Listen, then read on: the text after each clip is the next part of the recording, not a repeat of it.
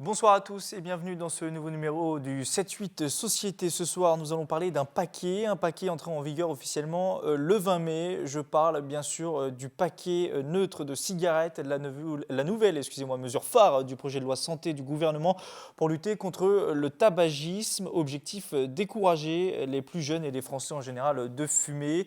Le paquet neutre sera-t-il efficace alors que certains, et notamment les buralistes, le critiquent déjà? Cette mesure sera-t-elle suffisante pour combler son objectif?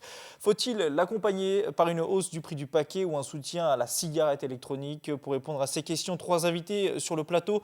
Jean-François Vigouroux, vous êtes le président de la Chambre syndicale des buralistes des Yvelines. En face de vous, Loïc Josserand, professeur des universités praticiens, Université de Versailles 50 ans en Yvelines, et Renaud Nadjaï, président du syndicat des pharmaciens des Yvelines. Vous êtes également pharmacien à Rambouillet. Bonsoir à vous trois.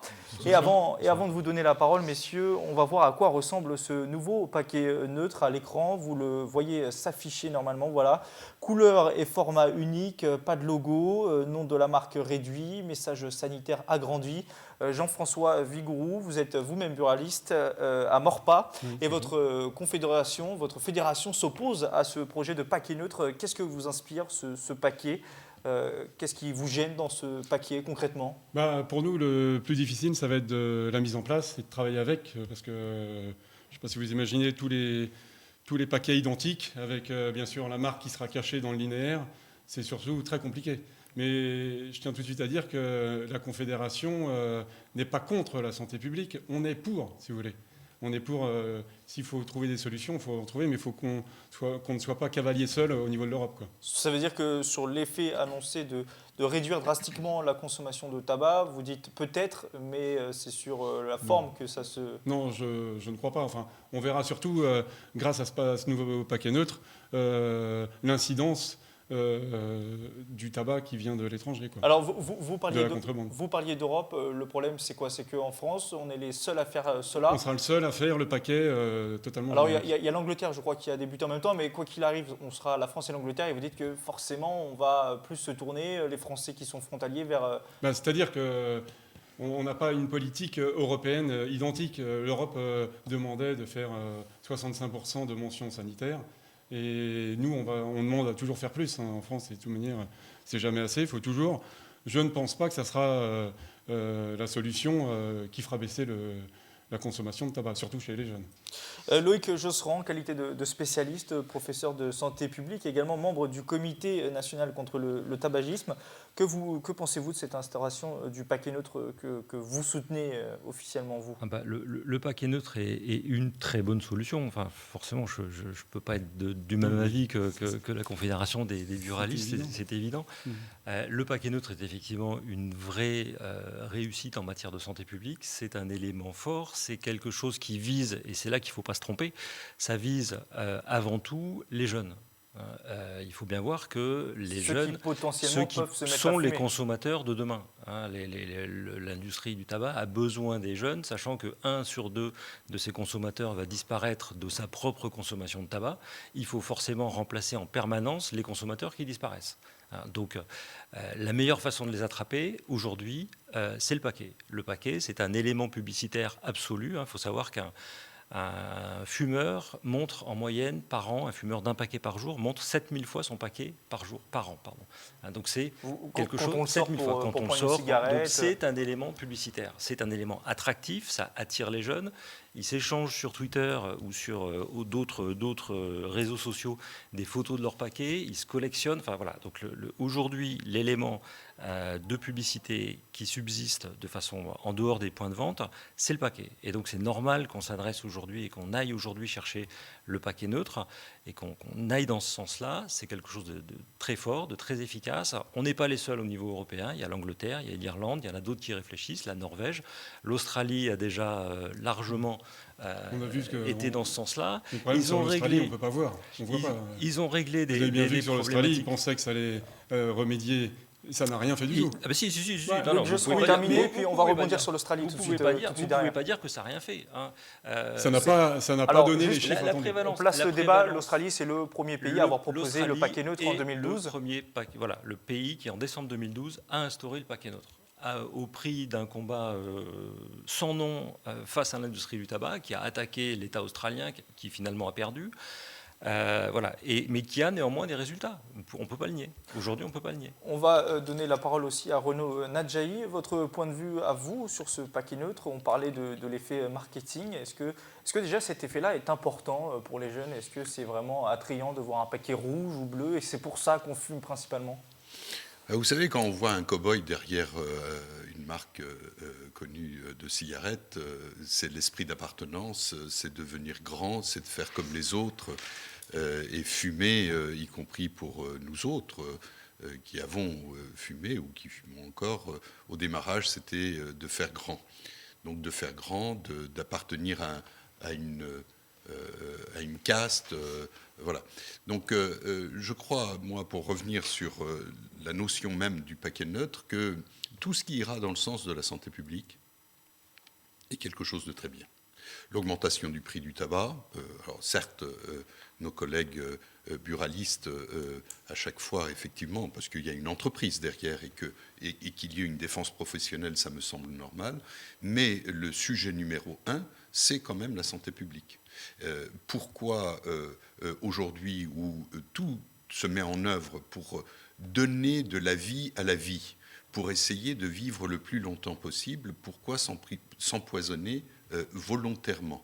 Voilà, c'est parce que derrière ce tabac, notamment en plus quand ils sont plus ou moins aromatisés, il y a plein de produits nocifs.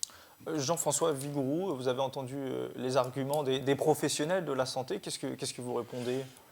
Écoutez, oui, de toute manière, c'était évident qu'on ne soit pas, Oui, d'accord. c'est le but de votre venue à chacun d'ailleurs. L'Australie, comme l'intervenant précédent disait que l'Australie, ça a marché, il ne faut simplement pas oublier que l'Australie, c'est une île. Même si c'est une grande île, en France, on n'est pas sur une île et on a des frontières.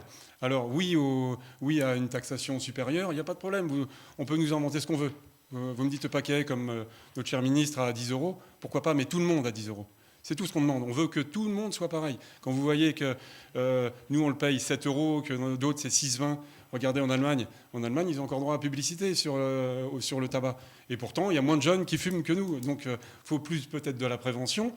Mais je ne pense pas qu'aujourd'hui, si un Français peut aller acheter son tabac en Europe, il ira fumer du tabac allemand, par C'est une exemple. minorité de Français qui Une peut minorité, acheter son mais tabac. c'est pas grave, il en sera Europe. malade quand même. Mais on paiera tous. Le paquet neutre, vous le disiez, messieurs, c'est principalement pour les jeunes, ce qui veut dire que celui qui fume depuis 20 ans va continuer à fumer de la même façon, ou alors il y aura un effet également dessus? Celui qui fume Loïc depuis Josserand. 20 ans, il continuera à fumer. Le jeune, et on le voit bien, ça a été montré à de multiples reprises à travers X publications, le paquet neutre n'attire pas. Le paquet neutre n'attire pas les jeunes, n'attire pas, même pour les fumeurs les plus anciens, leur donne dans des proportions extrêmement importantes, plus des 2/3, leur donne envie de réduire leur consommation. Et c'est ce qui s'est passé d'ailleurs en Australie. La consommation des fumeurs a été réduite, ils fument 13% de moins. Ils ont une prévalence. Mais il y a une contrebande qui s'est évaluée, qui a monté de 15%. Non, Ah oui, mais oui. on ne les compte pas, ceux qui fument attendez. du tabac étranger, on ne Non, les compte pas, c'est ça que je veux dire. Non. Et en France, c'est pareil, on a 25%. On a 25% de tabac de consommation. Non, c'est pas Laissez vrai. Loïc C'est pas Josserand vrai. répondre. C'est pas vrai. Vous le savez, vous et moi. Même les douanes le disent. Et les douanes, on ne peut pas les soupçonner de quoi Ils en que ce saisissent, soit. hein. Non. Ils en saisissent. Écoute, les douanes, arrêtez s'il vous plaît. Les douanes, ça n'est pas 25% qui sont chiffres donnés par les douanes, c'est 5%. Bien sûr. 5%. Les douanes, vous mélangez commerce illégal, contrebande Oui, et commerce transfrontalier. Ça ne sort pas de... Transfrontalier. Oui, mais il y a ça du ne sort- transfrontalier ça ne sort légal, pas de il y a du du bureau de tabac. transfrontalier légal et vous ne pouvez pas aller contre la tout cas, légalité des choses. On comprend vos positions à chacun. Je voulais vous entendre sur une autre proposition qui a été évoquée par la ministre de la Santé, Marisol Touraine, d'augmenter, pourquoi pas, le prix du paquet pour atteindre peut-être un jour 10 euros. Certains disent qu'il faut coupler ces deux mesures et qu'il faudrait augmenter le prix d'une façon importante. Est-ce que vous partagez aussi ce point de vue, Renaud Nadjahi, augmenter le prix du paquet écoutez, en plus d'instaurer le paquet neutre? Très franchement, aujourd'hui, je ne connais pas l'incidence de l'augmentation du prix multiplié par 10 en 20 ans, donc ce qui est déjà pas mal. Alors on était à 1,50 € dans les années 90 et on est passé à 7 € en 2015. On le voit là à l'antenne tout de suite. Allez-y, Voilà. Je vous ai coupé, excusez-moi.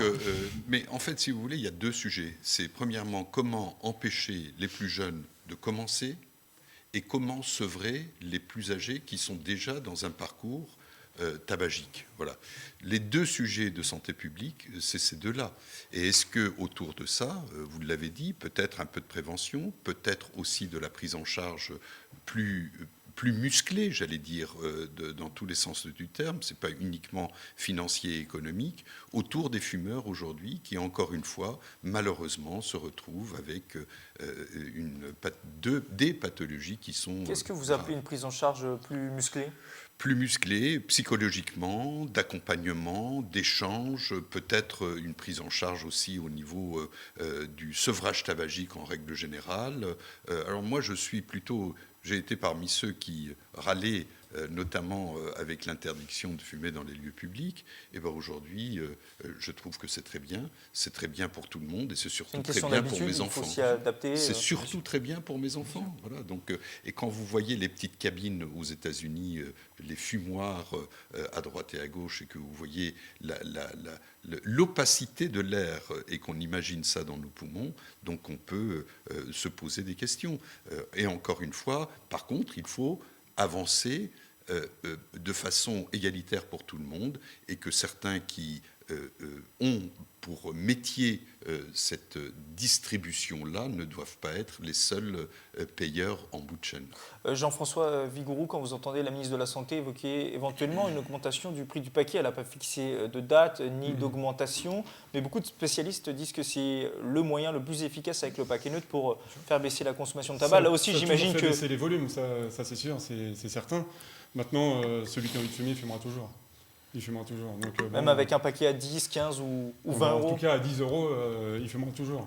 Moins, certainement. Mais alors, celui qui a toujours fumé, ça me paraît difficile d'arrêter. Peut-être que c'est surtout pour les jeunes de ne pas les mettre dedans. Maintenant, vous savez, entre ce qu'ils fument, ce qui sort de chez nous et ce qu'ils attrapent un peu dans la rue, vous savez, je ne sais pas ce qui est bon et ce qui n'est pas bon. Hein, mais leur dire aujourd'hui vous arrêtez de fumer, je pense que ça va être un problème, même pour les jeunes. Hein. Non, mais de toute façon, le prix du tabac est effectivement le deuxième levier particulièrement efficace, et même peut-être plus efficace que le paquet neutre. Hein. Il y a ce qu'on appelle une élasticité négative dans le prix, c'est-à-dire que plus le prix augmente et plus la demande en regard baisse. Il a été déjà montré à de multiples reprises que c'est effectivement efficace à partir du moment où ça atteint un certain seuil. Et ce dont on se rend compte sur les dernières années, alors il y a eu une partie les premières années du plan Chirac, entre guillemets, du plan cancer, ont été très efficaces avec des augmentations de prix massives qui ont eu un impact réel sur la consommation. On sait pertinemment que les plans qui ont suivi et les années entre guillemets Sarkozy ont été beaucoup moins efficaces de ce point de vue-là, puisque certes il y a eu des augmentations, mais qui ont été juste suffisantes à grossir les bénéfices fiscaux, les bénéfices de l'industrie et également la marge des buralistes, mais largement insuffisantes pour avoir un impact sur la consommation. Donc en gros, il y a une limite qui se situe autour de 40 centimes. En deçà de 40 centimes, on sait que ce n'est pas efficace, ça fait gagner de l'argent à tout le monde, mais ça empêche personne de fumer. Qu'on parle d'une hausse du prix du paquet ou d'un paquet neutre, à chaque fois on s'attaque à ceux qui potentiellement pourraient arrêter de fumer, mais je reviens à ceux qui fument depuis 20 ans. Comment eux, on peut les aider éventuellement à sortir de la cigarette, du tabagisme ? C'est ce que prévoit notamment le PRNT qui a été voté récemment, en rendant plus accessible, en formant mieux les professionnels de santé, en rendant plus accessibles les moyens de sevrage. C'est par ce biais-là. Et néanmoins, quoi qu'on en pense, hein, le prix aussi joue. Hein. Moi, je connais des fumeurs anciens qui, le prix augmentant, les fait aussi réfléchir. Mais c'est sûr qu'il faut former mieux les professionnels de santé au sevrage, rendre les dispositifs de sevrage plus accessibles. Ce sont les meilleures solutions solutions aujourd'hui pour réduire cette consommation. Vous qui êtes buraliste, la vente de tabac, ça représente combien de pourcentage de votre chiffre d'affaires? Est-ce que c'est un chiffre qui diminue beaucoup ces dernières années? Il ne faut pas confondre chiffre d'affaires et puis volume.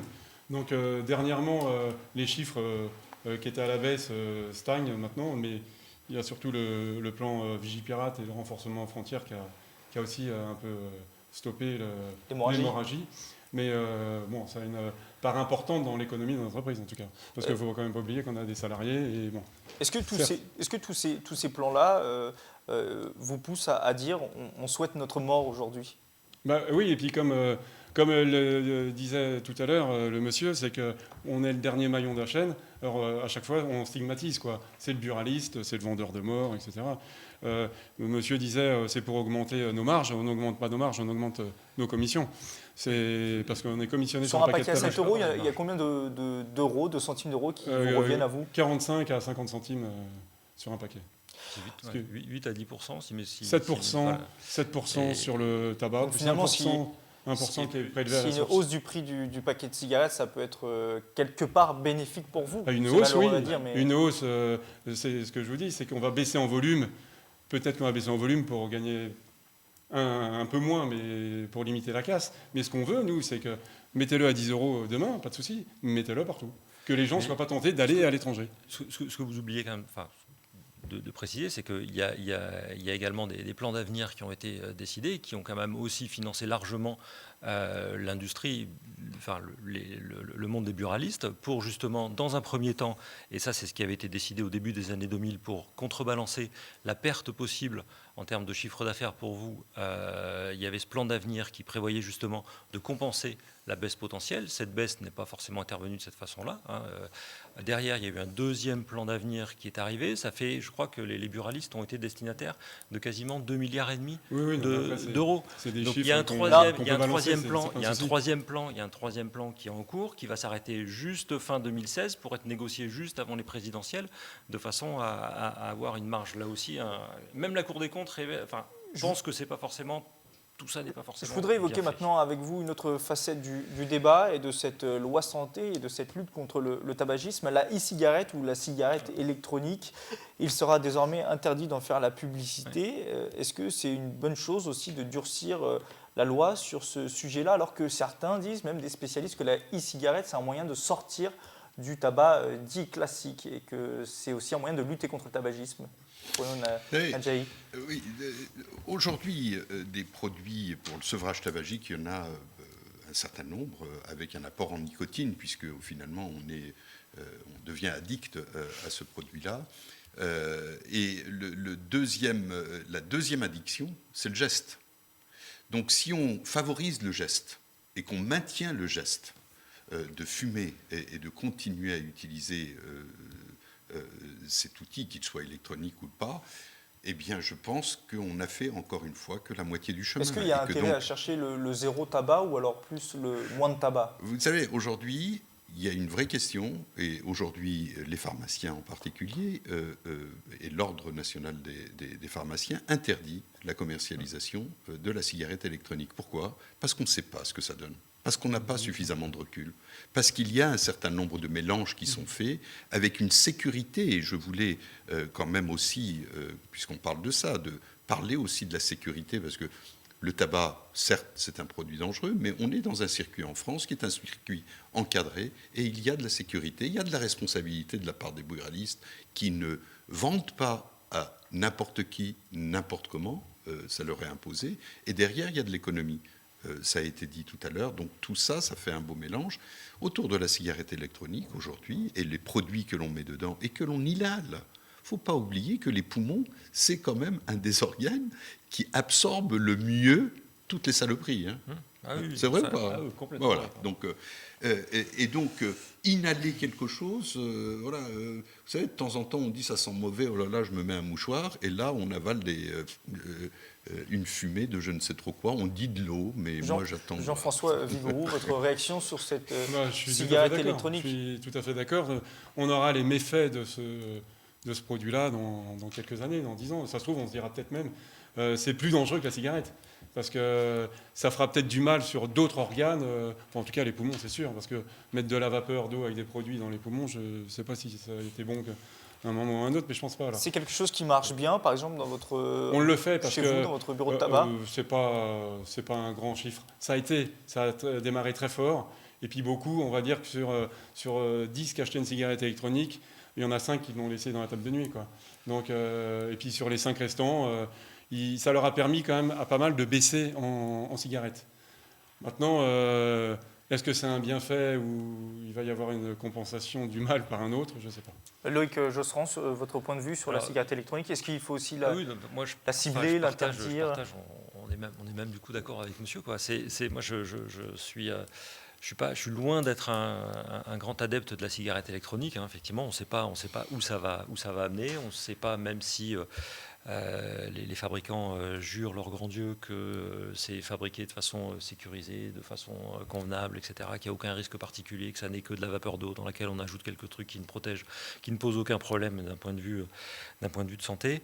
Loin s'en faut. Rien n'est encore certain. Le deuxième problème, et c'est ce qui était évoqué précédemment, c'est qu'effectivement, il y a une gestuelle et qu'on est toujours, et ça c'est le problème vis-à-vis de la cigarette électronique et du tabac, c'est qu'on est dans une forme de normalisation à nouveau, alors qu'on travaille depuis des années à dénormaliser la consommation de tabac et l'usage à travers la restriction dans les lieux publics, à travers la publicité, à travers ce genre de choses. On cherche à dénormaliser le tabac. Là, au contraire, la cigarette électronique était partie pour renormaliser. Il ne faut pas se tromper, l'industrie du tabac a racheté énormément de fabricants de cigarettes électroniques et ce n'est pas par hasard s'ils investissent ce marché-là. Aujourd'hui, c'est un marché qui peine, effectivement, qui a probablement quelques difficultés. Il arrive peut-être à maturation après une envolée lyrique il y a quelques années. On ne sait pas non plus comment ça se comporte vis-à-vis des jeunes. Est-ce que c'est une porte d'entrée vers le tabagisme? Est-ce que c'est un moyen d'en sortir pour les plus gros fumeurs? Voilà, ça peut être un outil de sevrage, c'est vrai, il ne faut pas le nier, mais il y a encore énormément de points d'interrogation quant à ce dispositif. Alors là, on a évoqué les mesures les plus connues, les plus répandues. Une mesure choc qui pourrait aussi être employée dans le futur, ce serait d'interdire de fumer partout dans la rue et autoriser finalement qu'en privé. Est-ce que c'est une mesure qui pourrait voir le jour, ça, demain, et qui aurait du sens pour lutter contre le tabagisme? Interdire de fumer à tout le monde partout. Vous savez, plus on mettra de barrières, mieux on atteindra sans aucun doute l'objectif qui est de passer. Donc, dans d'autres pays, ça a été interdit, et ben, les gens continuent moins. Mais pour ceux qui veulent absolument fumer, fument chez eux. Et on respecte, vous savez, bon. Ne pas fumer dans la rue, c'est pas mal non plus, hein, de ne pas trouver de mégots partout. Trouver des mégots, et avoir un certain nombre. Je voudrais juste revenir 2 secondes sur la cigarette électronique. Je n'ai pas été assez précis. Donc, l'Ordre national des pharmaciens déconseille fortement, voire interdit, la commercialisation de ce produit. Je vous rappelle juste qu'un médicament inhalé, il lui faut 10 années d'études pour savoir ce qu'on va donner à quelqu'un. Et là, il y a des produits qui circulent, on ne sait pas d'où ça vient, on ne sait pas ce qu'il y a dedans. Voilà, et roule. Jean-François Vigouroux, sur cette possibilité de ne plus voir de cigarettes dans l'espace public, tout l'espace public, est-ce que vous pensez que c'est ce que cache ce plan de lutte contre le tabagisme? En tout cas, à moyen terme, ce que vous craignez? Peut-être, on est à l'abri de rien. C'est un sujet dont vous parlez avec des collègues peut-être de temps en temps? Non, pas encore, mais bon, on a déjà bien vu dans les jardins d'enfants, tout ça, où c'est interdit. Bon. À la limite, là, ça peut être compréhensible, pour les enfants. Maintenant que ça soit partout, on n'y est pas encore. Loïc Josserand, on se dirige vers ça, en tout cas c'est le sens de l'histoire selon vous? Je ne suis pas dans les petits papiers de l'avenir et je n'ai pas de boule de cristal, mais il n'empêche que c'est un moyen de dénormaliser. Si l'industrie veut placer ses produits de façon aussi visible à la télé, au cinéma, dans les films, les téléfilms, etc., c'est bien justement que la vue d'une cigarette crée cette attirance et crée ce besoin de fumer et attire les plus jeunes. On revient toujours à ça. Donc plus on dénormalise, moins on en voit et mieux c'est. Je voudrais vous entendre sur un dernier point, puisqu'il nous reste quelques minutes pour cette émission, sur l'objectif que s'est fixé le gouvernement avec son programme national de réduction du tabagisme. Aboutir en 2032 à ce que les enfants nés en 2014 constituent la première génération sans tabac. Concrètement, est-ce que c'est réalisable ou alors c'est surtout pour faire beau ce genre d'objectif 2032, c'est pas si loin? C'est faisable, ça, qu'en 2032, les enfants qui auront 16 ans ou 18 ans plutôt? On peut l'espérer. Il faut se donner les moyens de le faire. Il faut aussi rappeler que le tabac, c'est quelque chose de, en dehors de la dangerosité qu'il représente d'un point de vue sanitaire, c'est aussi un marqueur social extrêmement fort qui touche les populations les plus faibles. C'est-à-dire qu'un chômeur sur 2 fume. Ouais, Un travailleur 48% des chômeurs fument. Voilà. Donc c'est vraiment quelque chose de très particulier dont il faut effectivement pouvoir. Et il y a un phénomène social dans la consommation de tabac. Les plus riches ont commencé. Les plus riches aujourd'hui arrêtent le tabac et aujourd'hui les plus pauvres ont commencé derrière, les plus fragiles ont commencé et j'espère que les plus fragiles vont aussi s'arrêter maintenant. Jean-François Vigouroux, quand vous voyez un tel objectif du gouvernement? Oui, il faut se mettre des objectifs dans la vie, mais ça me paraît absurde. Enfin bon, après, de faire baisser la consommation des jeunes, pourquoi pas, mais ça rentre aussi par l'éducation. Et bon, faut pas. Il y a prévention et éducation. Si l'enfant voit ses parents fumer, je pense pas que c'est pas en allant voir les films, mais si son père fume dans le salon ou dans la voiture. Il parlait aussi de faire un projet de loi d'interdire la fumée dans les voitures. Bien sûr. Donc voilà, mais bon, je veux dire, après tout sera bon.